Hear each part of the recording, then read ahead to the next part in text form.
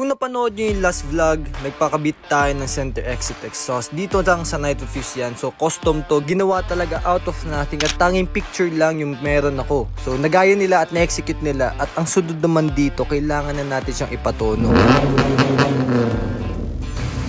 Wala pa, 70 pa rin, 35, 30 po.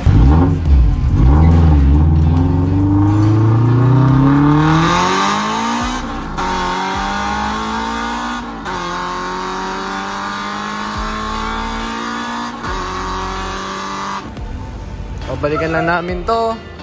Ayan na siya. Yes. Start na natin. Cold start.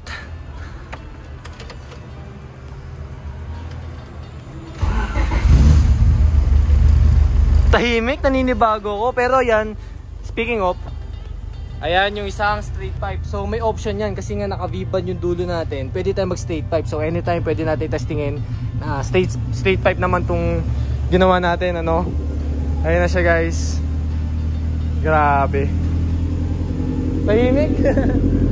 Oh, di ba? Kotseng-kotse. Oh. Pogi ng tunog. Grabe.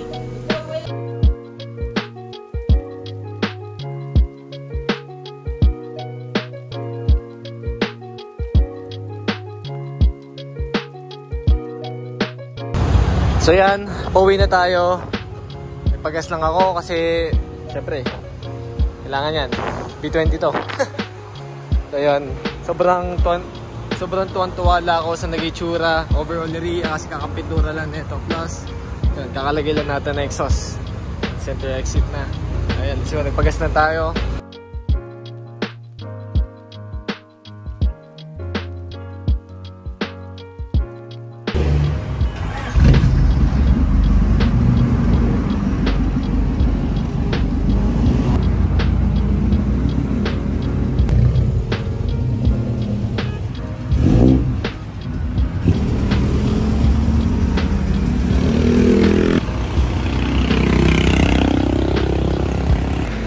So yun nga guys, nandito na naman tayo and yan, kasama natin si JP at magpapatono tayo ng kotse. So syempre, nung last episode, nagpapalit tayo ng full exhaust. So yung tono nito from Scav, may iba na to full exhaust. Kaya yan, excited lang ako. Ikaw na ba? Ikaw na! Ayaw mo? Sige na, ikaw na! JP muna yung pagdadriving ko. Sige lang! Punta kami ngayon sa backyard build kay Kuya Lex. Ngayon, masayero muna tayo. Naninibago ako. Another adventure na naman to. Sana makisama yung kotse. Diyos ko naman. Yan. Kasama yan. Pero sarap no kasi full exhaust na. Pero ang nadama namin guys yung biggest na napansin namin na walang siya ng lakas. Lalo na sa arangkada, no? Kasi dati pag umarangkada ka dito tapos naka-scab, iba talaga. Pero yun nga, pan-drag yun. So, i-daily muna natin ito. Ipaparitso na lang natin kapag nagpa-karera tayo. So, dala naman natin yung scab natin dito. Kaya if ever na gusto natin ipatono ngayon ito ng scab, o kaya pwede yun, pwede natin gawin yun. So, yun. Kagabi nga din pala, inayos din namin ni JP yung pangilalim nito. So, wala na siyang natunog. Masaya na ako. At naghanap ako ng bearing, yung tripod bearing sa axle kasi yun yung nasira ko doon sa may baso, no? Kung alam nyo yun. And sobrang mahal pala nun, nagulat ako, grabe. Pero at least may nahanap pa rin tayo kahit pa paano. At yun nga, ingatan lang natin yun kasi Diyos ko, talagang i-repack nyo mga boot nyo para maiwasan yun. So yun, unti-unti na natin tinatapos to ngayon. Kunti pa, lalo na sa interior. Hindi ko pa alam ang plano ko dito sa interior. Pero punta na tayong San Jose para magpatono. Let's go.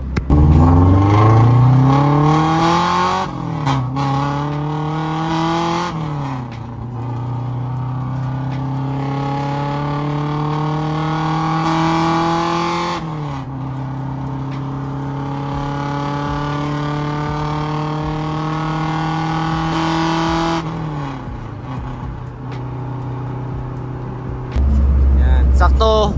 Inubos at sinagad lang namin yung gas para magkarga kami ng blaze. At yun ang ating ilalagay, ano?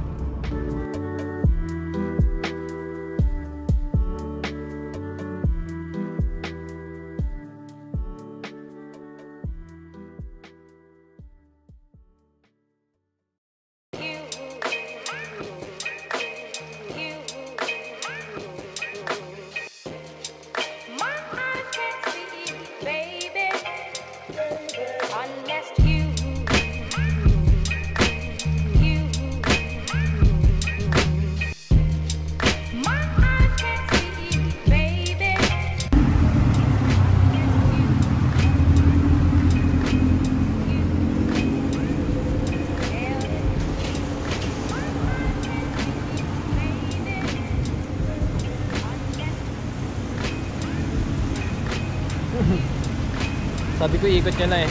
Grabe tsura oh. Galit na galit guys.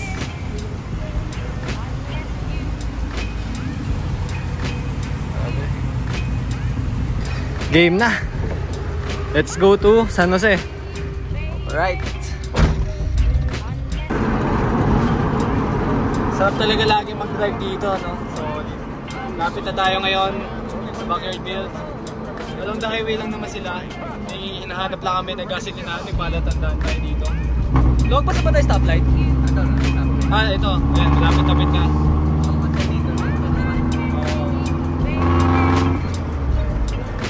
Usap lang kami ni JP, parang tunog boxer na itong Celia ngayon. Which is good actually. Kasi kakaiba nga yung tono niya. I don't know. Ganda na ginawa na Night of Peace dito. Eh ngayon, ito tono na natin. Nagkarga kami, 1,000. Ang bilis ang bilis maubos ng gasolina ngayon, sobrang takaw. Kasi syempre nga, di nga nakatono, may back pressure na since naka full exhaust na siya. So yeah, dun yung makikita na malaki talaga yung difference.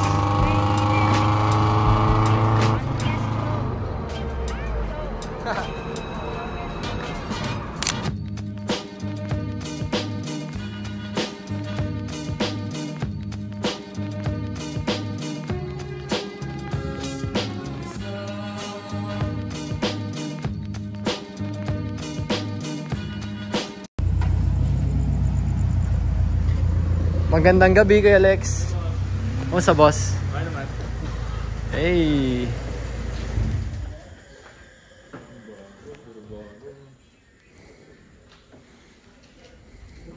Gini muna natin, boss. Sige boss. Bagong pintura yata. Opo, di pa nga nababuffing eh. Kihinis sa'yo.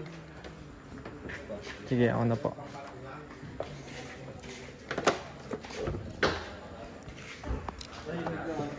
Oo, tahimik naman to. Nandun nga, nakatambay daw eh. Taas mo pre. Sino gumawa ng headlight? Si Night Reviews po. 4-1 po yung ginawa niya dyan. Tahimik ka! Ay, paltan na natin na rad nga pala pag uwi natin sa Tanawan pre. Mag long rad na tayo. Yan. Let's go. Tapos engine wash ulit. Tapos kabit na natin yung sa oil catch can. Para meron na. Kaya Lex, dapat dito ako nagbutas no, sa harap. O okay lang din naman sa likod. Ha? Madumi na yung timing belt. Oo, pwede yan. Inaano lang yung tawag yung Scotch Brite. Habang naandar? Oo, pwede. Oo. Gaganon ng dahan-dahan lang. Yan. Napaga kami. 11 talaga kami pinapapunta ni Kuya Lex. Pero ayan, dito tayo sa Backyard Build. Dapat karera na eh. Pero ayos lang, sa mga panahon eh. Buti naman, na-risked. Ito, EG din no. Grabe. Yung EK na-under na. Ako nga no. Nakaspoon no. Lemery yan. Okay na siya. Ito yung nakita ko sa parang nag-viral ata to. Yung naka-trailer. Okay, malinis na uli yung sa makina. Yung binaha hanggang saan yun, mataas yun eh, no? Oo, ano yan? Kalahati daw neto guys. Grabe. Pero ayan, no, gwapo pa rin. Damn. Oh. Grabe. Parang yung sa akin, mas mukhang binaha yung sa akin eh. Yan ang belt. Oo, yun ang belt oh. Ganyan dapat ang kulay. Ano ba yan? Pero yan. Let's go. Medyo napaga tayo. Pero yan.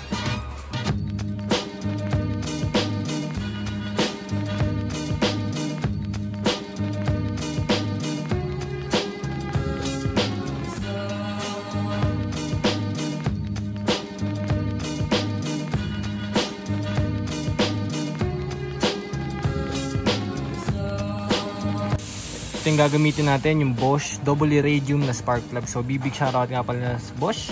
At yun, tatayin natin to ngayon. Actually first time kong gagamit ng Bosch, pero titingnan natin and actually it looks nice. Syempre Bosch yan, quality. So sa credibility naman sa market ng mga parts, syempre sikat na sikat ang Bosch. So yan, ang ginagamit din natin dito na battery is Bosch. Yan, ito yung 1SM nila. Sobrang solid so far. Actually 5 months ko na ginagamit to. Never tong tumitirik. Pati na rin yung oil filter. So magpapalit tayo once na nag-change oil tayo. So yun, madami pa tayong pyesa. And yung syempre ang Bosch hindi mawawala sa busina. Meron din tayong busina at ikakabit natin yan soon. So yan.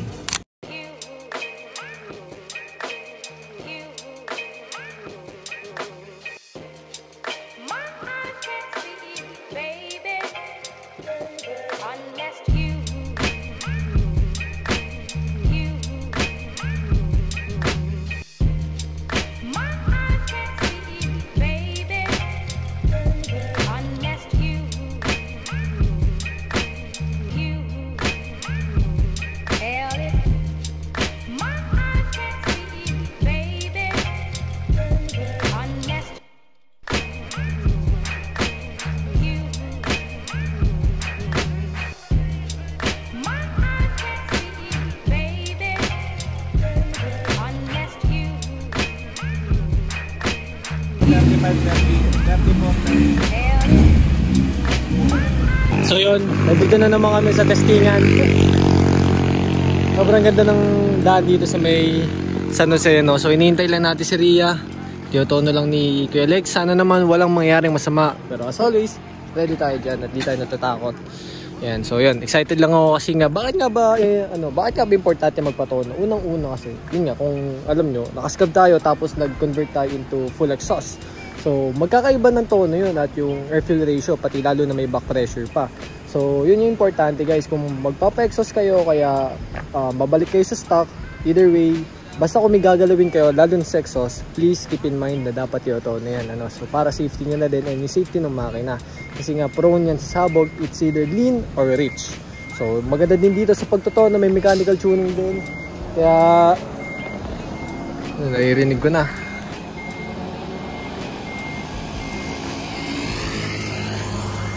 Irinig ko na siya guys. So din, nakakatipid ng gas talaga. Ayan. Tingnan natin kung ano masasabi ni Kuya Lex.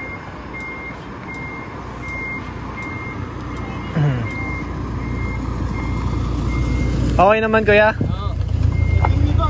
Sige po. Layo-layo. Opo. So, yung power Kuya Lex, kamusta? Ayos naman. Ayos naman. Not bad para sa locom.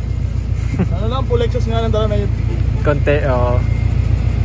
Pag nireach na lang natin, pag niscab na.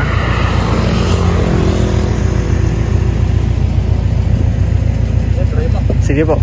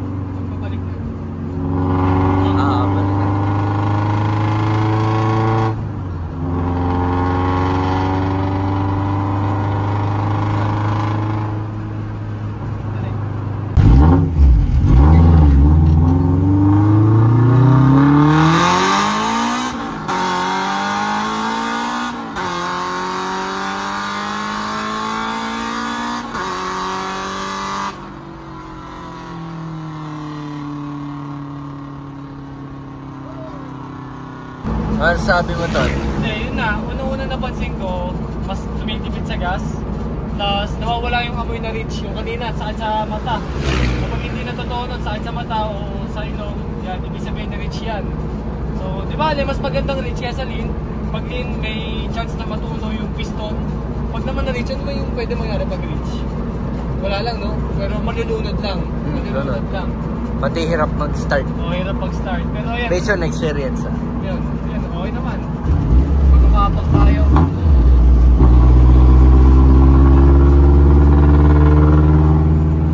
Kahit hindi ideal na 13 pero basta malapit ko.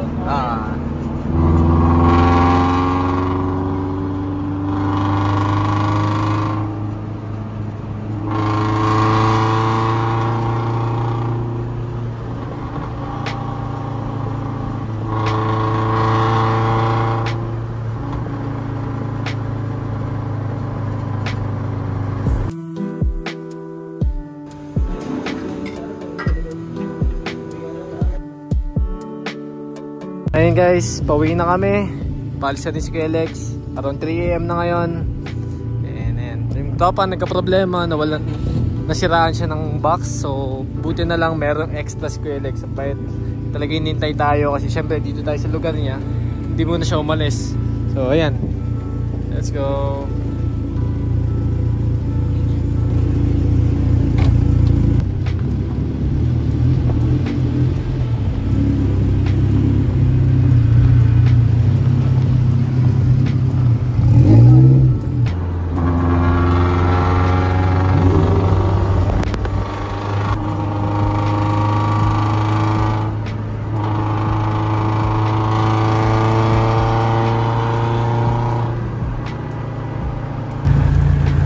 Siyempre hindi mawawala ang Japong. Kaso di namin alam kung open. Mukhang open pa naman. 24 hours yun eh.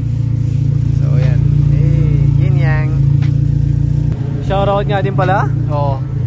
He's repping our South Scene OG na pang back glass na South Scene yan. Pwede din yan sa windshield nga pala guys. Available yan sa southscene.store. Ayan yun si Felix. Hey.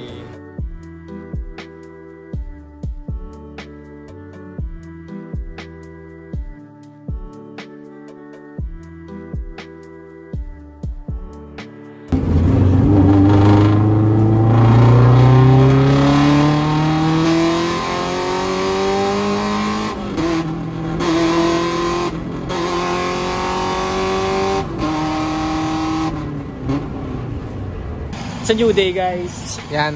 Dinala ko lang dito sa fast drive. Dito yung sa Tanawan. Siyempre nagpalit tayo ng goma. Kailangan natin ipa-align yan. So natuto na ako doon sa dati. Muubos talaga yung goma mo kapag hindi mo pinalign. And ayan. Pinalinis ko na rin siya kasi may car wash dito. D-Max ang tropa. Grabe. Itong baba oh. Grabe. Nagpalit ng mags to eh, ngayon lang. Yan. Doon sa kanina, nagpalit sila. Magkapatid yan guys. Tapos pumogi. Grabe. Yan yun. Soundcheck nga pala kay Ria. Nito. Actually sobrang ganda nung naging tunog niya. And na-inlove ako araw-araw. Kaya ito lagi natin inaasikaso. Yan. So ngayon, alignment naman. Sinabosing na yung bahala. Hey. Headers natin. Dito ako pinaka natuwa sa ginawa nila. Anytime, yun nga, full exhaust tayo. Naglagay sila ng mga hanger dito para makompensate yung vibration ng exhaust. Kasi yung last nga, pag wala yan, o kaya di nakalagay yan, pwedeng lumaylay o kaya magkaroon ng grabing vibration tong exhaust. Pag nagka-vibrate, may prone yan para mag-crack yung mga weld. Ganda naman to, double yung weld na ginawa nila, sobrang kapal. And ito yung ginawa nilang gustong gusto ko kasi ginawa nilang V-band to. So naglagay din sila ng hanger dito, pati meron na rin dito sa ilalim. Ano. So tagulang, sobrang neat, ganda ng pagkaagawa. If you know, you know. Diba? Ganda oh. And yung ating exhaust.